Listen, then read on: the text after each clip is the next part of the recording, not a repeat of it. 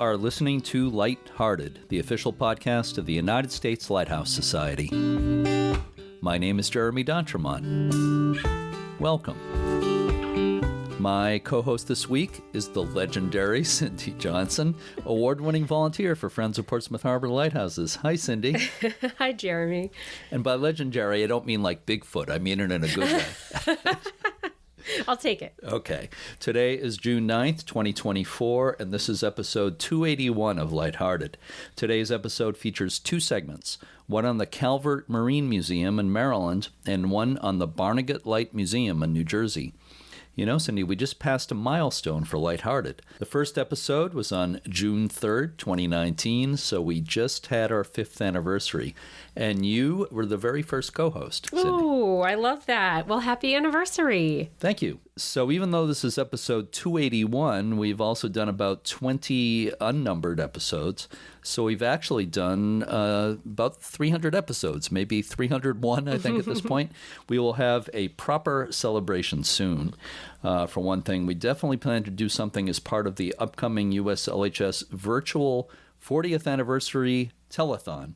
That's being planned for Saturday, September 7th. You might want to put that on your calendar. Mm-hmm. So thanks for being such an important part of this podcast for 5 years, Cindy. Oh, well, thanks for including me, and especially for all of the hard work you do to make Lighthearted happen. Wow. Well, thank you so much. It's my pleasure. I wanted to mention one of the things we have on the U.S. Lighthouse Society website. If you go to the front page at uslhs.org, you will see the Lighthouse News of the Week. Every Friday, Ralph Krugler of the USLHS posts the latest news from around the internet. It's a great way to keep up to date on all the lighthouse events and other news from around the world. One of the recent items in the news concerns the 1883 Tarrytown Lighthouse on the Hudson River in New York, also known as the Sleepy Hollow Lighthouse. Westchester County just completed a major $3.4 million restoration, and there was a ribbon-cutting ceremony at the lighthouse on May 23rd. The county plans to reopen the lighthouse to the public soon. It's very exciting news. We congratulate everyone involved with that project. We have featured Tarrytown Lighthouse on this podcast before, too. So let's move on to today's first interview about the Calvert Marine Museum. Please help me out, Cindy. Sure, Jeremy.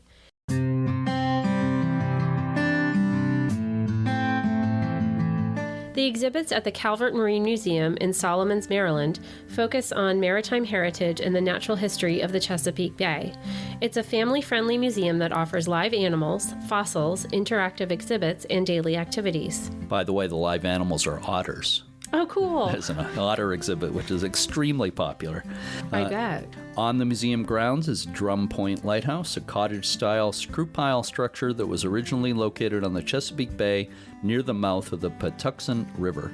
Drum Point was an active aid to navigation from 1883 to 1962. The lighthouse was moved to its new home at the museum in 1975, and after restoration it was open to the public.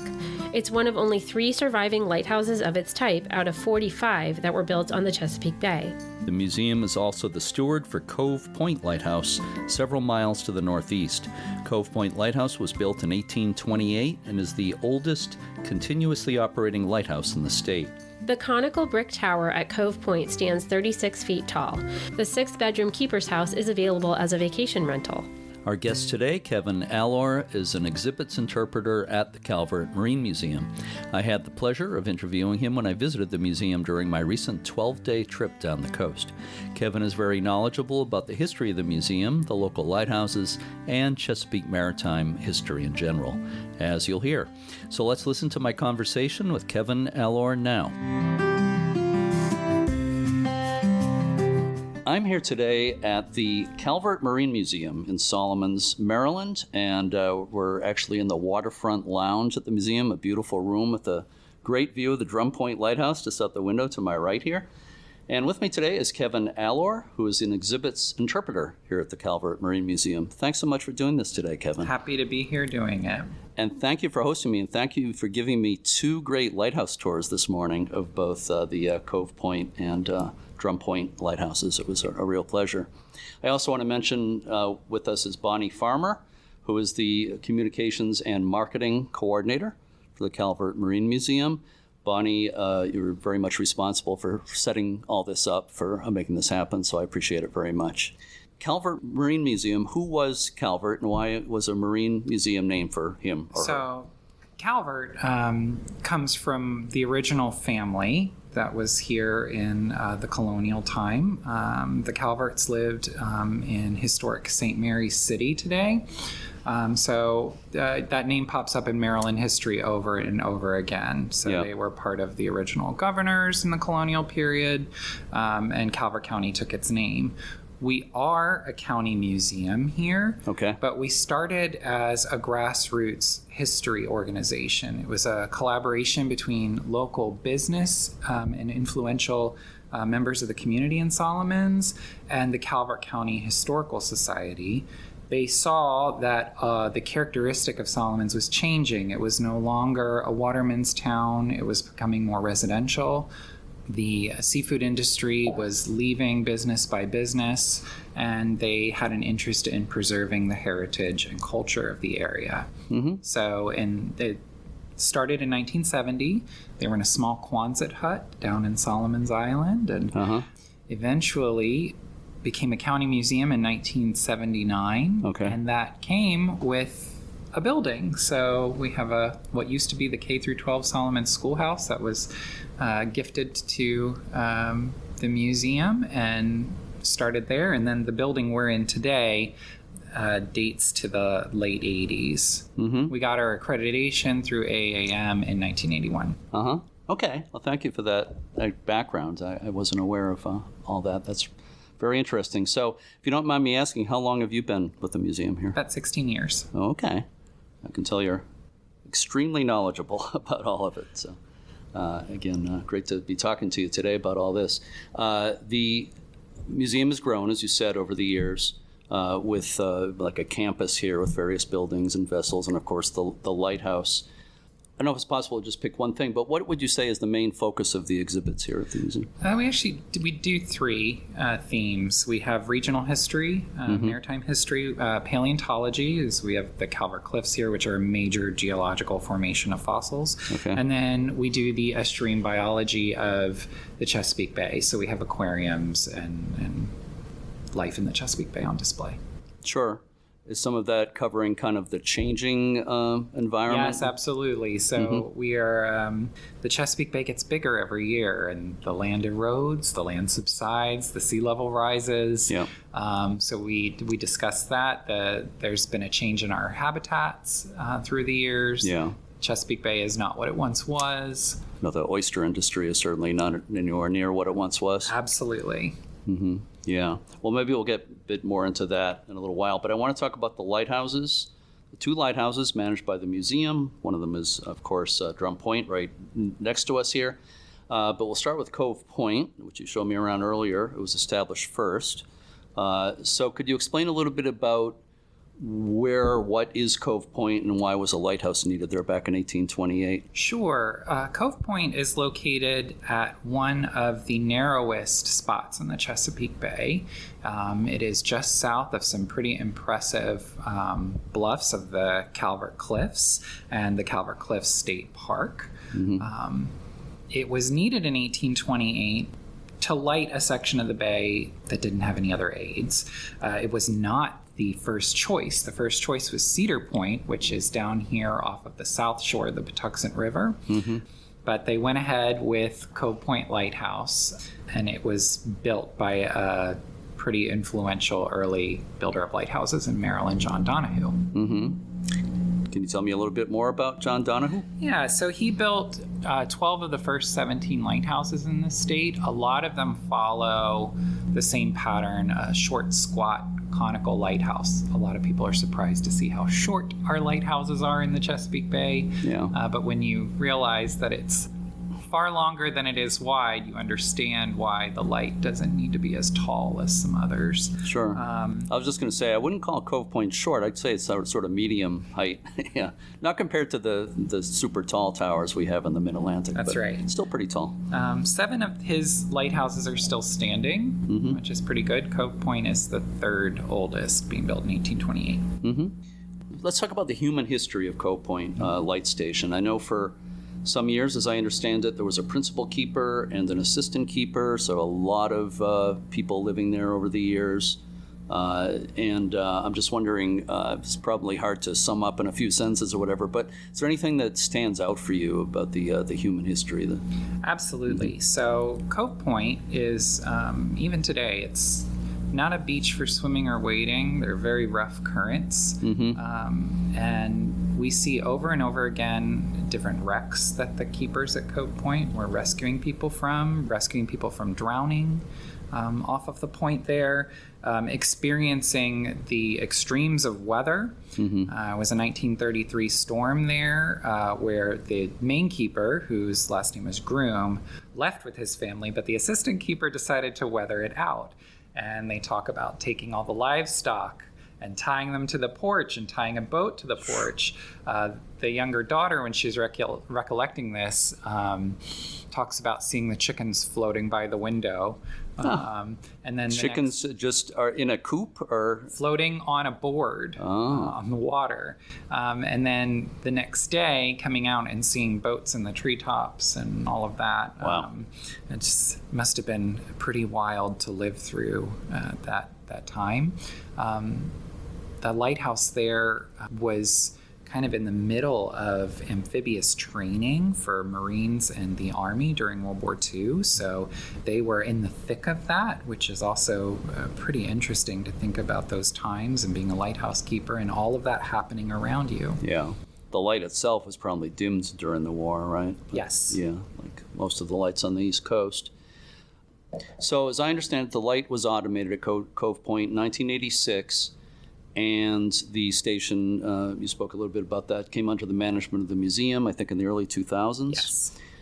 Does the museum provide tours of the light station for the public, or is it pretty much self-guided if people come to visit? So it's mostly self-guided visits, and it is on a consistent schedule. So it's open Wednesdays, Saturdays, and Sundays through the summer months, May through September, from 1 to 4 p.m. And we do have docents always on site, though, in our visitor center who are happy to discuss the history at length with any visitors. Okay. Are they volunteer docents? Yes, predominantly volunteers. Occasionally, there is a staff. I was there this Wednesday manning the lighthouse. Yeah. I might want to touch on volunteers again before we're finished. But when people visit there, what else do they see besides the lighthouse? And, well, two-part question. Is the lighthouse open for people to climb? And part two is what else do they get to see there? So we open the lighthouse at the base, but it is still an active aid to navigation. The Coast Guard owns the lens and the equipment at the top of the lighthouse that is locked up. Right. That is not open to the public. And then being built in 1828, the staircase is not the safest. It's open on the sides. The railing is for people who are at much different height than modern people. So it is, you can go into the base of the lighthouse, but you can't climb it. Yeah. The grounds are open. We have a viewing platform, so you can see the Calvert Cliffs that extend to the north. We have a pretty active liquid natural gas company's platform right offshore. And then views of the Chesapeake Bay all around the point. On a clear day, you can see to what we call our eastern shore, Dorchester County. Yeah, yeah. So to touch on the lens a bit at Cove Point, there's a replica Fresnel lens in the lighthouse lantern today, acrylic lens, right? I think that would have been made by Dan Spinella of Artworks Florida, who has made a lot of those lighthouse lens replicas. So that's still an active aid to navigation. Yes. There's a light inside that replica Fresnel lens. But you also have the old actual Fresnel lens from that lighthouse in this museum. Is that correct? Yes, it's on display in our vestibule. And I noticed it's a rare Macbeth glass company out of Pittsburgh, PA lens.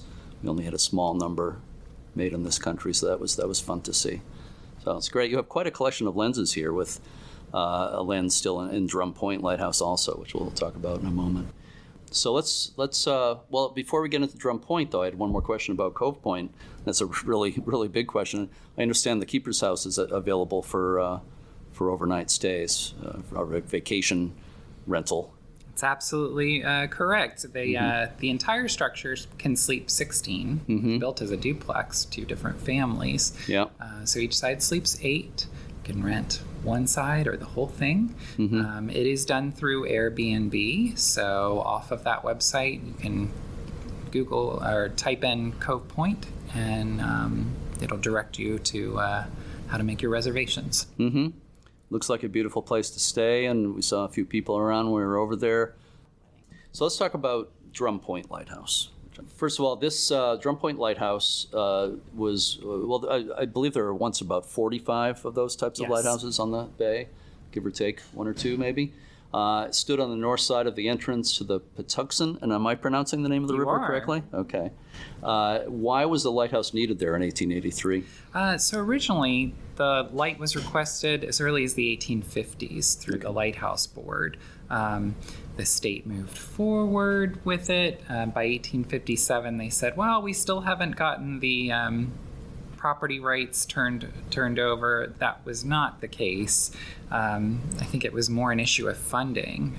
So they didn't end up building it until 1883. They got the funds, which had been allocated for other lighthouses to acquire the property and build the structure, and it went up in a month, which is pretty amazing. It is.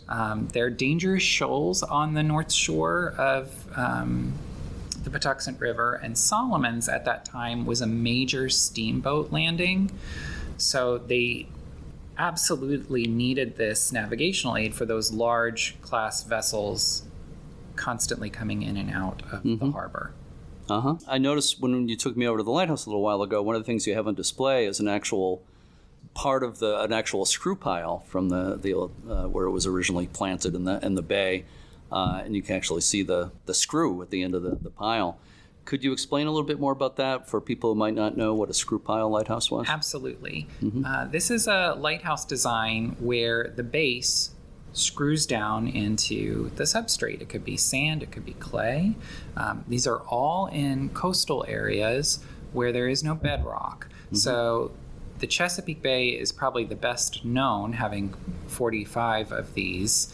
But you can also see them along the Gulf Coast. Alabama has screw pile lighthouses, so does Florida. I think there were some on the Carolinas at one time. Yes, and the depth that they're drilled to depends on what you encounter. So at Drum Point, there was really hard-packed sand that was found under the softer muck, if you will. Right. And so they only drilled down, 7 to 10 feet to put in the pilings. And then just to visualize this, it's so you have these pilings, and then on top of it is a cottage. It's a hexagon-shaped cottage with the lantern room at the very top. I'm sure anybody who knows about the history of these lighthouses has heard about the things that happen to them, sometimes confronting ice on the bay. Yeah, they were a really economical way to deal with our geography in the Chesapeake Bay. We could just set these out where all the shoals were. And they did really well until we had a series of very hard winters, and then the ice moving with the tides would just knock the lighthouses right off of their supports. So they stopped building them. This is just a 19th century thing in the Chesapeake Bay. By the late 19th century and early 20th century, they had switched to caisson-style lights. Right. Though I imagine we're not getting as much ice on the bay these days as there used to be. Hasn't frozen since the 70s. Right, okay, yeah. Typically, who would live inside the lighthouse? A keeper and an assistant?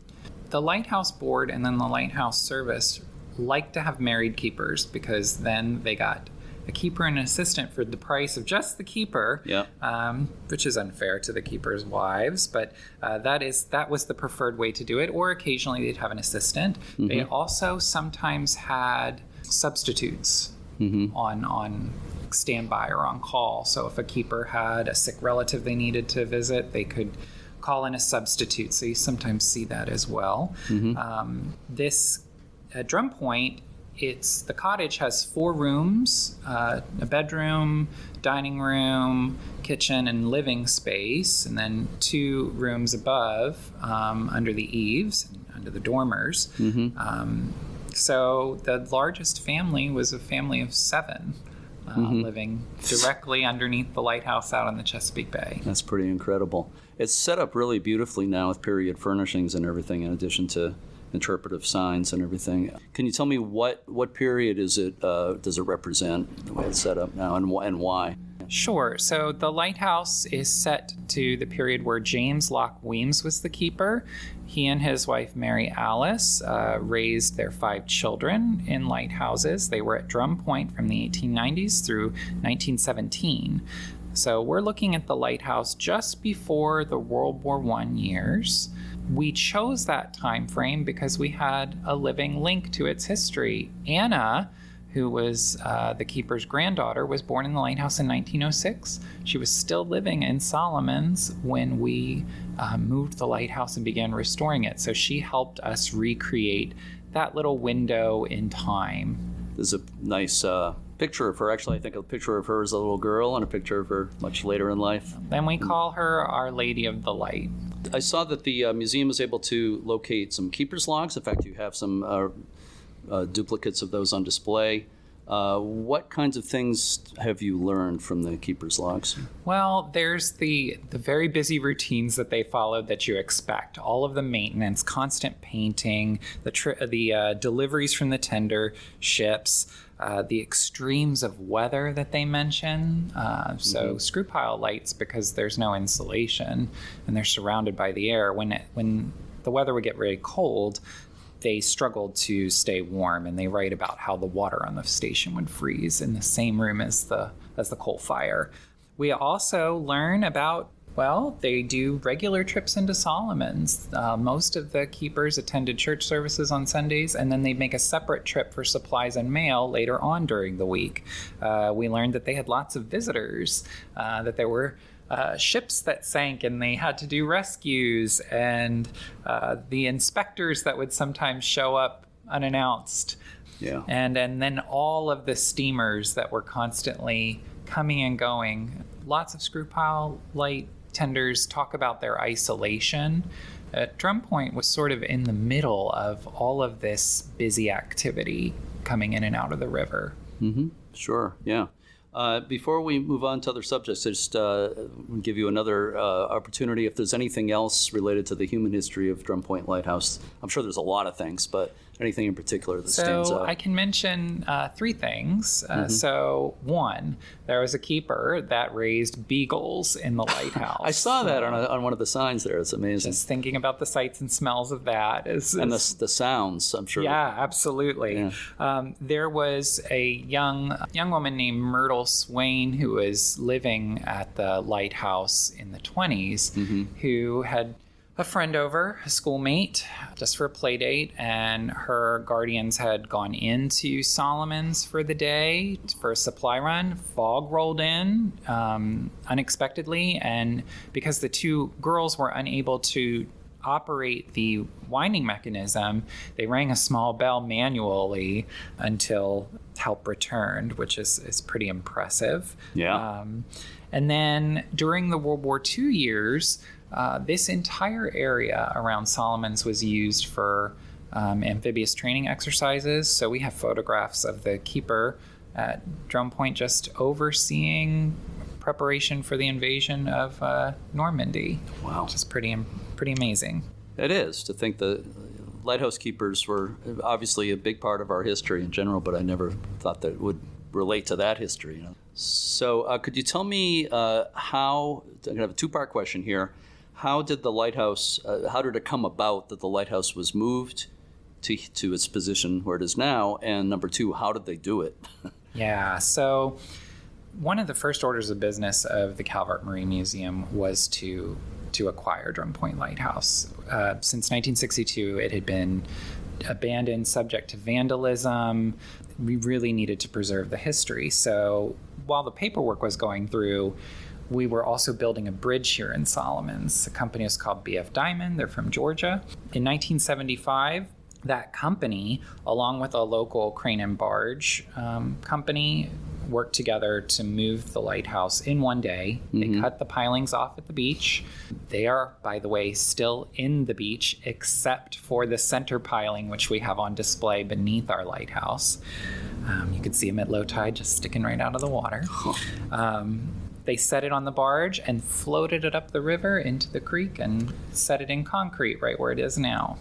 It's mind-boggling they did it that fast. It was fortuitous. I mean, if you can imagine the expense and the trouble to move it, everything just sort of fell together. Yeah. Well, not literally fell together. Yeah. But yeah, it's really, really a miracle. And it's a miracle that it survived those years of abandonment too, that it didn't burn down or something. Absolutely. If we had a second lighthouse at Cedar Point. There was a hurricane in 1979, Hurricane David, and it washed out the remaining land under that lighthouse. And from that point on, it was doomed. So obviously when people come here to visit the museum, the lighthouse is an exhibit at the museum. It's one of the things they can see. They can go in it when they're here. Is it used in other ways as well in programs?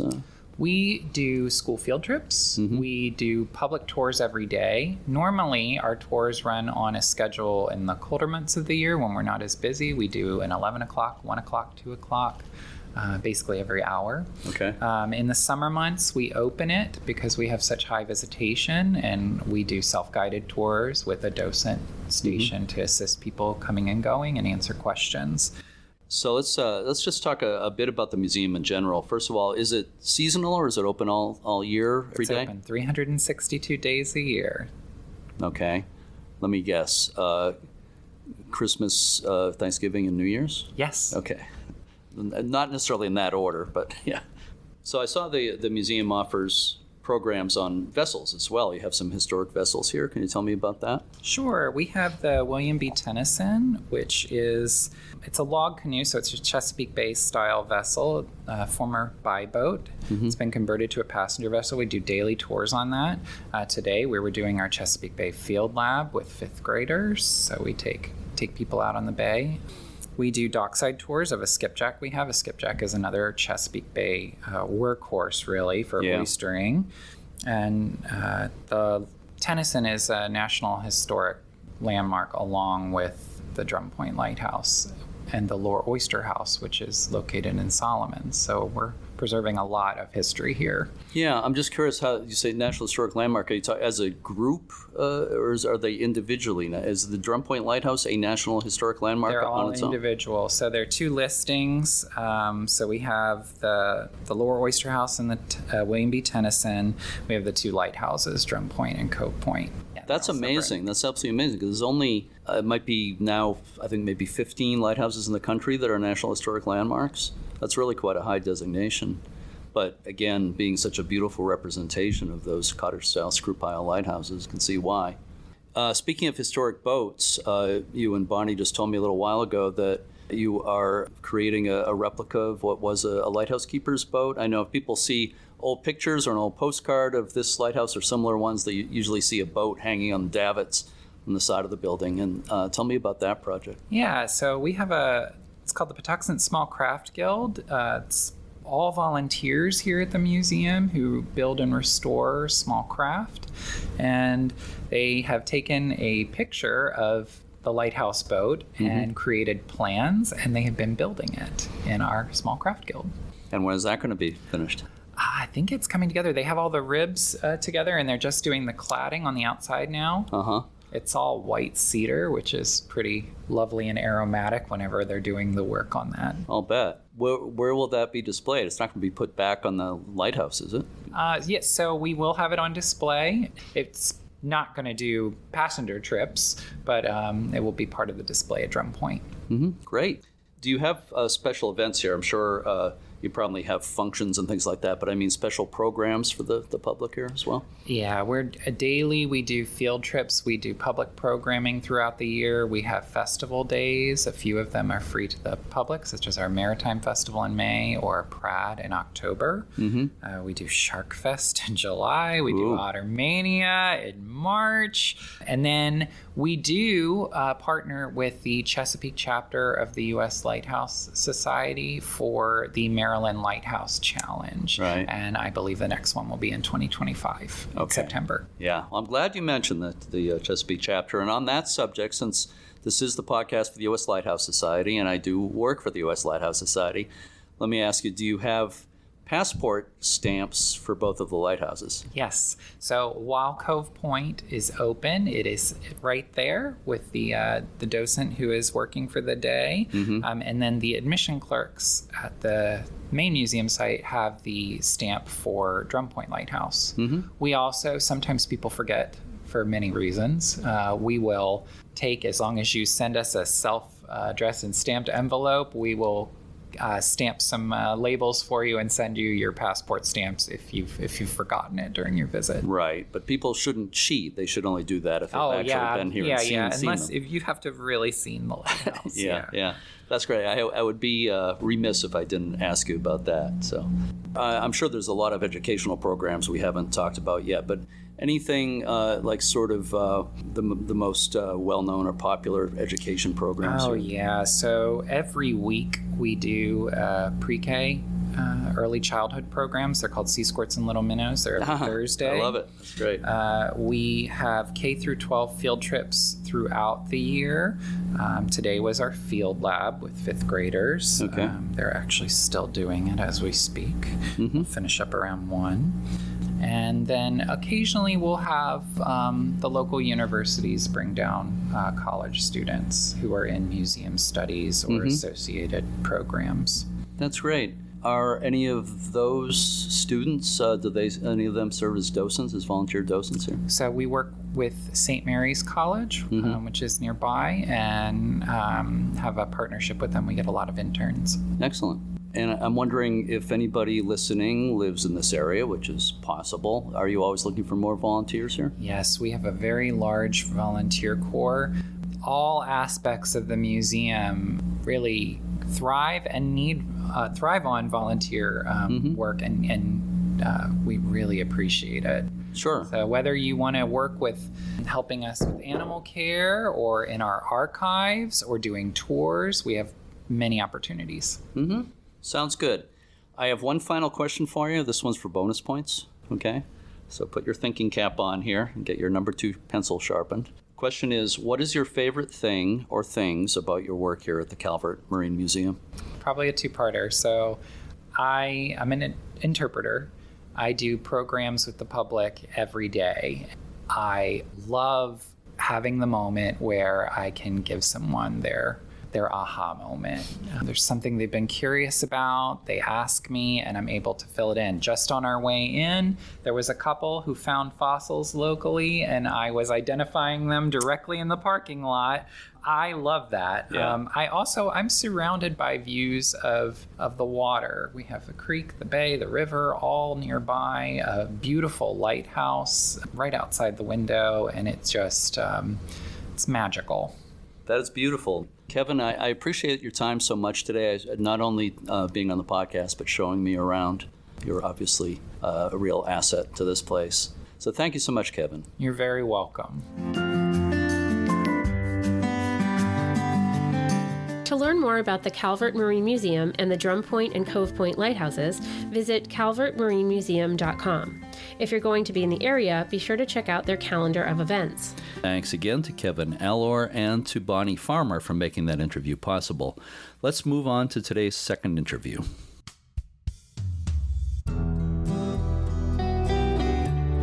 The Barnegat Light Museum in New Jersey is a former schoolhouse that stands about 1,600 feet south of Barnegat Lighthouse. The unique, small museum houses exhibits on the history of the community of Barnegat Light, the fishing industry, and Long Beach Island. A highlight of the museum is the first order Fresnel lens that once served in Barnegat Lighthouse. Adjacent to the museum is the award-winning Edith Duff Gwynn Garden, dedicated to preserving native plants and flowers. The borough of Barnegat Light is the only case I know of a community being named for a lighthouse. You don't know of any others, do you, Cindy? No, I don't. That's interesting. It is. While I was in the area, I also visited and climbed Barnegat Lighthouse, all 217 steps. Oh, good for you. Yeah, it was a windy and rainy day, not the best, but I was very excited to visit such a famous lighthouse for the first time.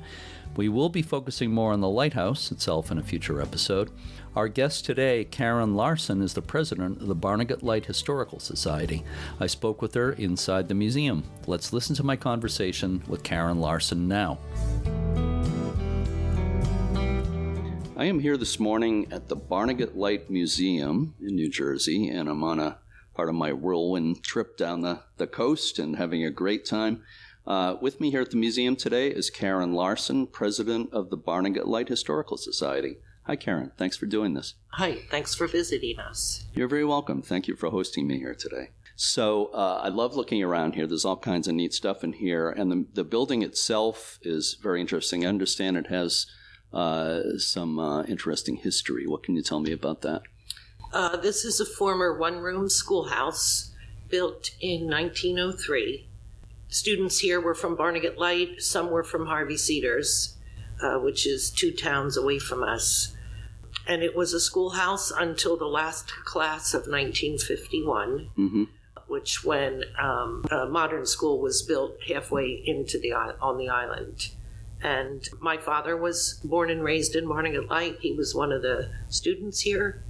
And we still have a few students that are 91 plus that still come here to help. Wow. So when people come in, they can actually talk to a former student. And I'd also just like to add, it's kind of fun when children come here. We highly encourage children to come here. There's lots for them to learn and see at all ages. But it's so much fun to say to them, this was a one-room schoolhouse, and to look at their face like, what's that? Yeah. Do you have any old desks or anything like that here from the schoolhouse? Yes, there's a few old desks over there. The grades were in rows, and former students, current ones, and even ones who have passed away, always talk about how each grade column would help the younger grade column when the teacher was teaching, let's say, another column, let's say the 5th grade or something. So it was, everybody knew each other in this tiny little town. I mean, in 1912, I think there were 12 students. Would any children of the lighthouse families be here in the school? I think so, yes, because we don't have we don't have a list of all the students each year, but yes, there are a few names that we have found that were also names of keepers. Yes. So, assuming they were their children, but I can't prove that. Yeah. Well, it seems likely that some of them would have been here. So, right next to me, about 10 feet to my right here, is this huge and gorgeous first order Fresnel lens from Barnegat Lighthouse. And I know there's a lot of great stuff here. I don't know if I can refer to that as a centerpiece of the museum. Yes, certainly it's our centerpiece. Yeah, it's pretty eye-catching when you come in here. I imagine you get a lot of lighthouse nuts like me who come to see that lens. Yes, there's quite a few people. People come here for all different reasons. Many of them are from lighthouse enthusiast type people. Many people come in here from various lighthouse societies to have their stamps. And yes, that is our central attraction. And people who have never been here before usually have some exclamation like, wow.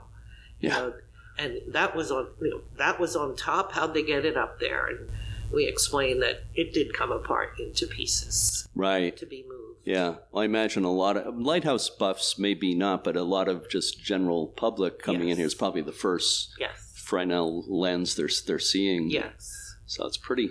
We had when I first became president and we were on the Lighthouse Challenge, we were all excited. It was our first Lighthouse Challenge. We're here at 8:00. And, here comes our first visitor. And it was a father and his 3 or 4-year-old son. And they came to the door and looked at the lens. And the little boy let out a huge wow. And we were just ecstatic. So that's how we describe it. It's like, wow. Yeah. It's kind of like I've given a lot of lighthouse tours and people get up to the top of lighthouses and see the view. And that's what you hear the most. Wow. Yeah. Yeah. So lighthouses bring out a lot of wows in people, I think. But the lens looks like it's in pristine condition for where I'm sitting. It is in pretty good condition compared to many others. does need to be cleaned right now, so I'll be trying to find somebody to clean it. Yeah. It has to be cleaned with a special solution. Yeah. And the New Jersey Lighthouse Society used to help us out. They were called the Wickies. Okay. But I believe either they're too elderly, or I do know some of them have passed away. So that's on my list of things to do. Mm-hmm. It looks awfully clean from here, but I know maybe if I got closer, might not be. But it looks great. So beautiful. And a minute ago, you mentioned the passport stamp. So I'm from the U.S. Lighthouse Society. The U.S. Lighthouse Society is the organization that creates those passports and the stamps for them. So you have a passport stamp here? We have 2 stamps here. Mm-hmm. We've just rearranged our stamps. So we now have a stamp of the lens of the museum, and also we have a stamp for the lightship bell, which is located over a block away from us. Okay. So yes, we get quite a few mail-ins for stamps and people coming here. Mm-hmm. And they keep the stamp for the lighthouse at the lighthouse, I assume. Yes. Yeah. Yes. Okay. Yeah. So people can really clean up on stamps if they come around here. Do you have other exhibits related to the lighthouse? And you were pointing out to me an interesting quilt here, for one thing. There's a lot about the lighthouse Mm-hmm. here. Of course, many pictures. Of course, the figurines that are not historic, but they were donated to us of all the lighthouses around the country. But we also have a quilt from the early 1860s. It's called a friendship quilt, and it's basically each square is a little bit different, and each square has a family name and a town. And the towns are not just coastal towns. You'll see inland town names on there also. Mm-hmm. But many of the names on there are very familiar to the locals around here because it's part of our history. But it was given to the first lighthouse keeper's daughter as she moved, as that whole family picked up and moved.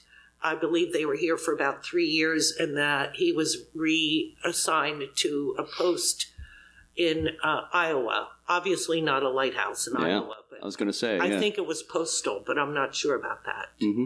But anyhow, these quilt squares were returned to us. We have them on our wall here in the museum. Mm-hmm. And they were returned to us in 1981 by a woman who found them in her attic in Olympia, Washington. Mm. So we were very lucky to get these back. She had some connection with the great-granddaughter of the recipient of those squares. Okay. And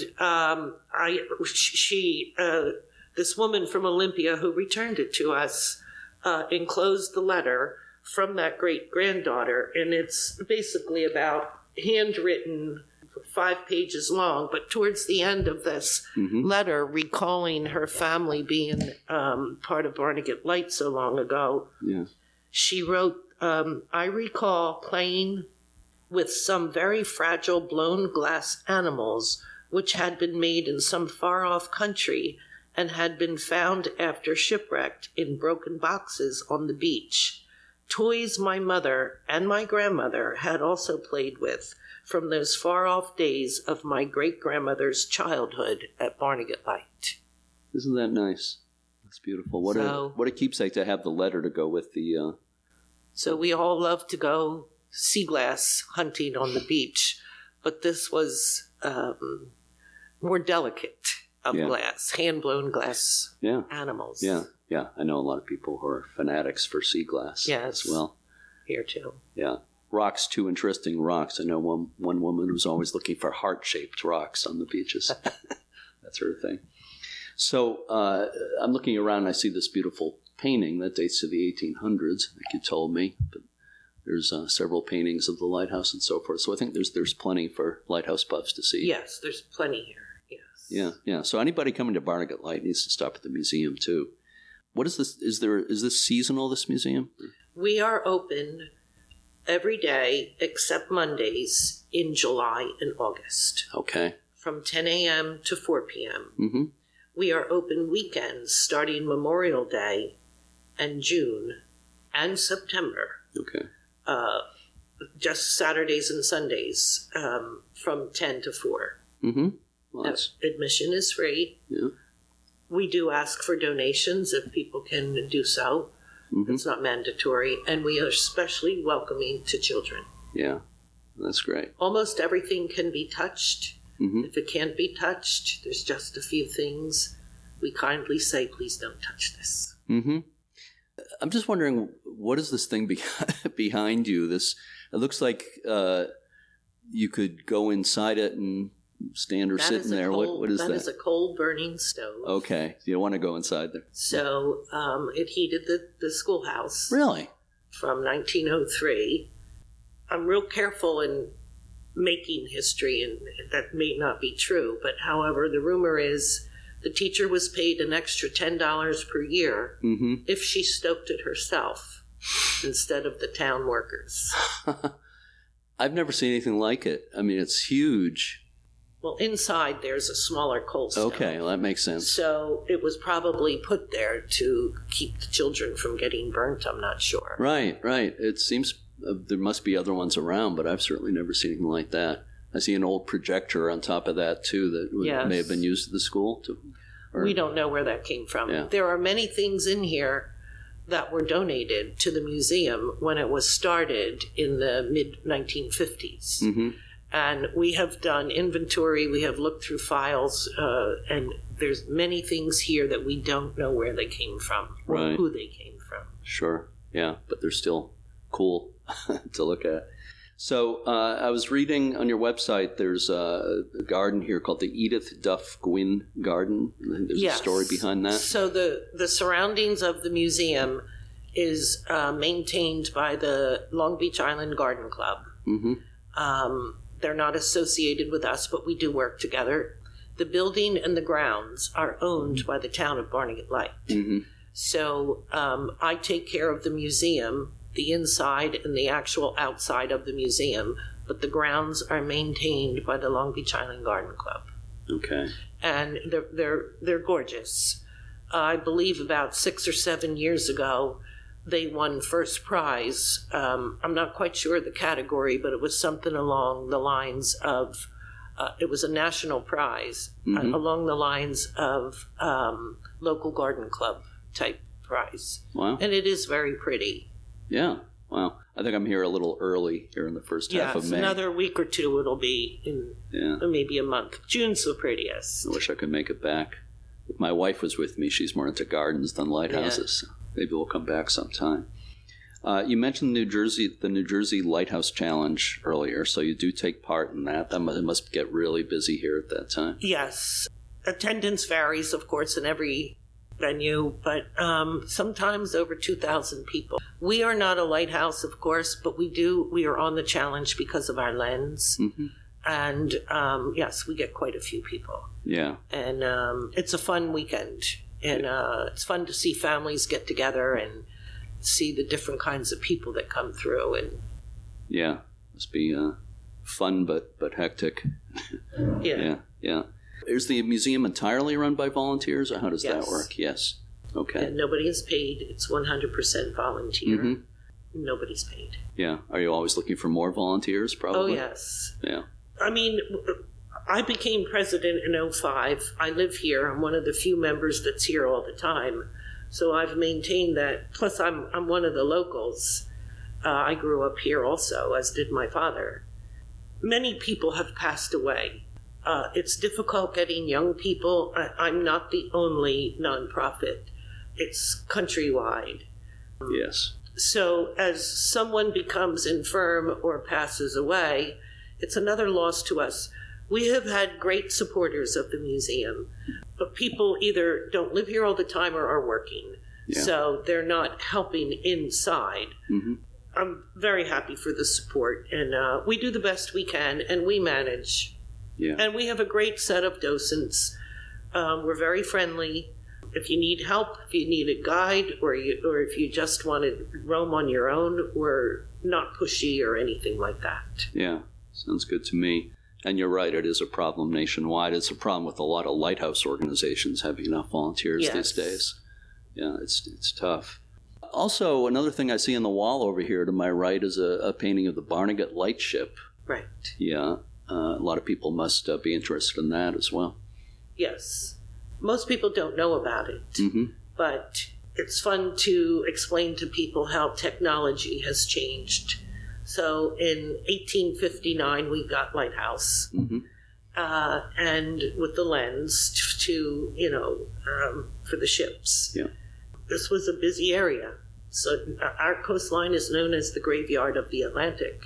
General Meade, of course, many people know, built our lighthouse. Yeah. He wasn't general yet, but so our lens was basically turned off as a guiding light in 1927. Those lightships were anchored off approximately 8.5 miles, and they were anchored there, and they were the guiding light for the shipping lanes. And that lightship was out there until 1967, I think it was. Except for World War II, it was not out there because of, there were U-boats along here, and Right. we do have great history here in the museum of U-boats, Okay. right off our shores, a mile or two, if not that. But anyway, in 1967, they took the Barnegat Lightship off the coast because by that time the new technology was Loran. I understand the Barnegat Lightship is not in the best condition these days. The Barnegat Lightship is sitting in the mud in Camden, New Jersey. Yeah. Various people have come to me and other people in town, you got to save it, you got to save it. But it's a multi-million-dollar project. Yes. And it's also, the land here has become so expensive. The restoration would be probably less than what the land costs here anymore. So what we were able to do back in 2020 or 2021, Mm-hmm. we were able, the town and the museum were able to get the bell from that lightship off the ship. Mm-hmm. And we now have that bell in town here Yeah. on 6th Street and Bayview Avenue. It's hanging there. People can go over there and ring the bell. Mm-hmm. And people do come here for the stamps for the lightship bell. Yeah. Well, that's good that that's been saved. And it's big and it's heavy. Yeah. Yeah. I'm sure it's heavy. Probably at least 1,000 pounds. Probably bigger than that, I think. They needed a crane to get it off the boat. Yeah. Yes. Yeah. Yeah. I know how tough it is for lightships. There's only, I think it's 12 or 13 surviving in the country. And most of those are linked to major maritime museums. Yes. If they're part of an operation like that, they can survive easier than on their own. So it's It tough. would be a great tourist attraction, but it's if somebody wants to throw 5-10 million to Well, who knows? Somebody might be listening. yeah. Might be pocket change for somebody who loves lightships out there. If you don't mind my asking, how long have you been associated with the museum here? I joined the museum in 1995. Mm-hmm. I grew up here in town. My parents were longtime members, and but after college and working in New York, I did not join till I moved back to Barnegat Light in 1995. Mm-hmm. So almost 30 coming near years. 30 years, yeah. 29. And in those years, what has been your favorite thing or things about your involvement with the Barnegat Light Museum? I mean, I'm a history buff, Mm-hmm. and I just learning something new all the time. Not only would this museum is chock full of all kinds of information. Mm-hmm. And not to mention people coming in here whose grandparents or maybe even them here in the 40s or something. You always learn something new. I am very strict here on don't make up history just because you think that's what it is. Because some people tend to do that. And I don't do that. Yes. So if I'm not sure about something or I can't prove it, I will say that. Mm-hmm. That's good. Yes. Yeah, I've encountered. I mean, you can, you have to hear some of the stuff that people say. Oh. Not only visitors, but also people who work here. That's not true. Yeah.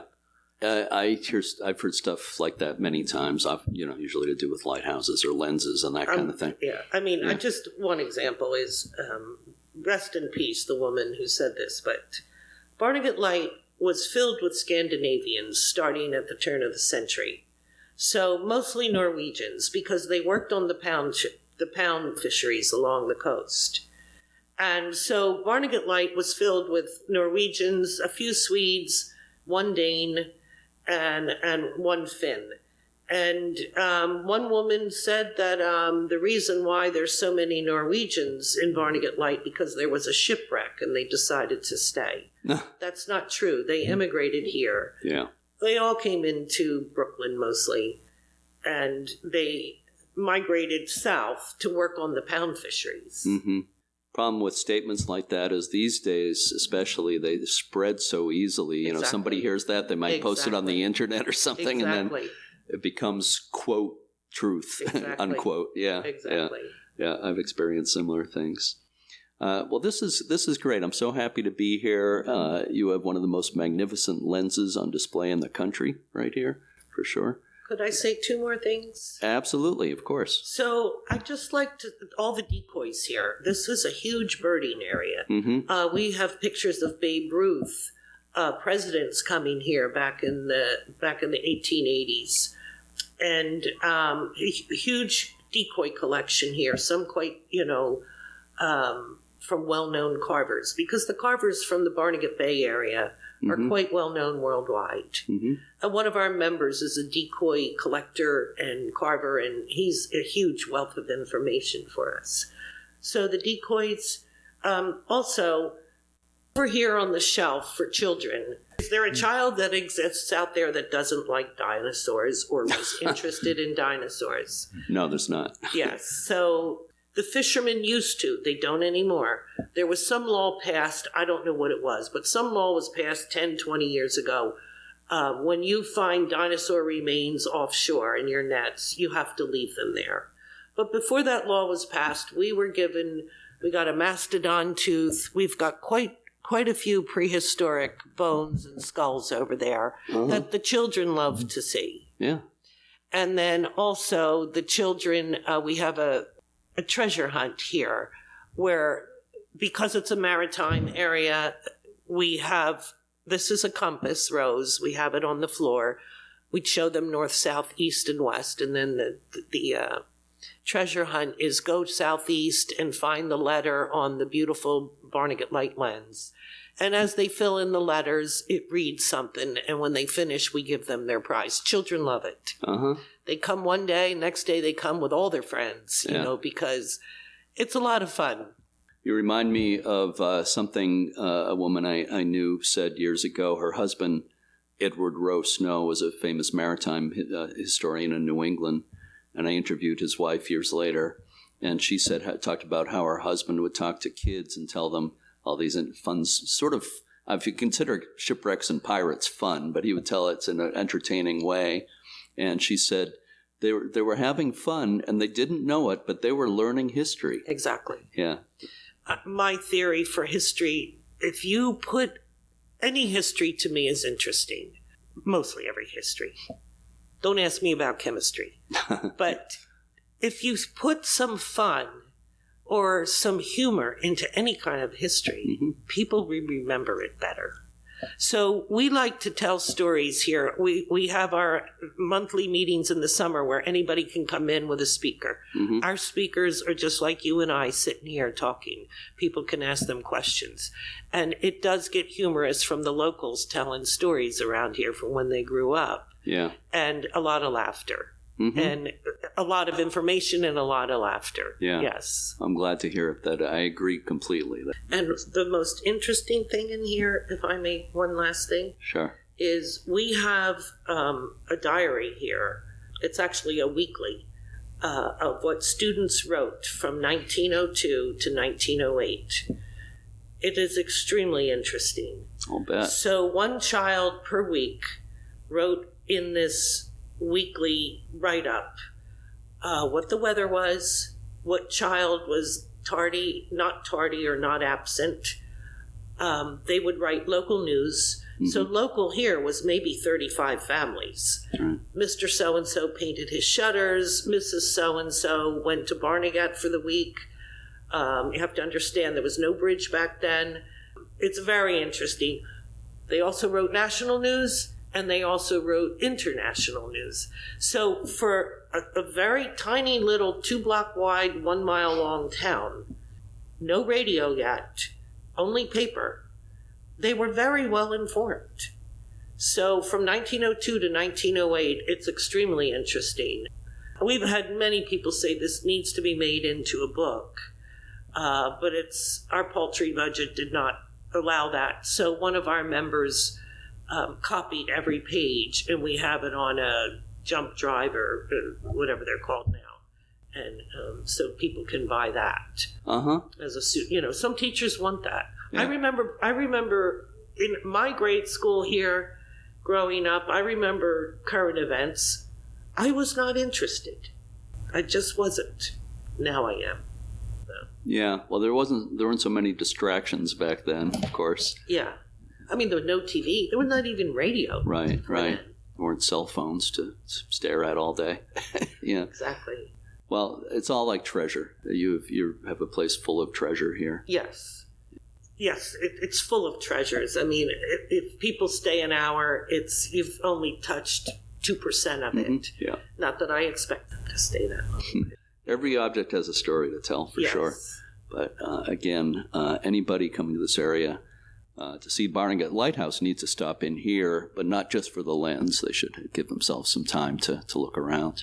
And off-season, sometimes people go to the Borough Hall.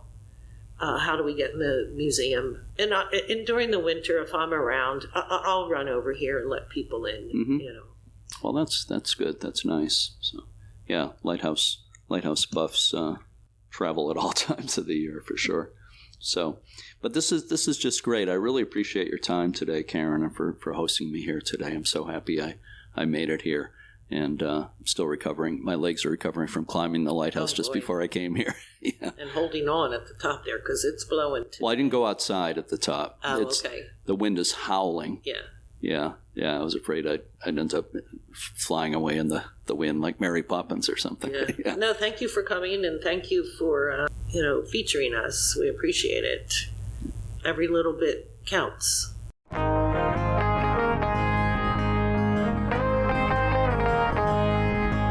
For more information, visit barnegatlightmuseum.org. Thanks again to our guests today, Karen Larson and Kevin Allor. Everyone on my recent drive down the coast was so friendly and helpful, making it a very enjoyable trip. Be sure to check out uslhs.org to learn more about preservation grants, the research catalog, tours, and everything the U.S. Lighthouse Society offers. Remember that donations and memberships support this podcast and all the projects of the Society. Next week, we'll be focusing on another one of the great lighthouses of the Mid-Atlantic, Cape May in New Jersey. For now, to all our regular listeners and our new ones, thank you so much for listening, and keep a good light.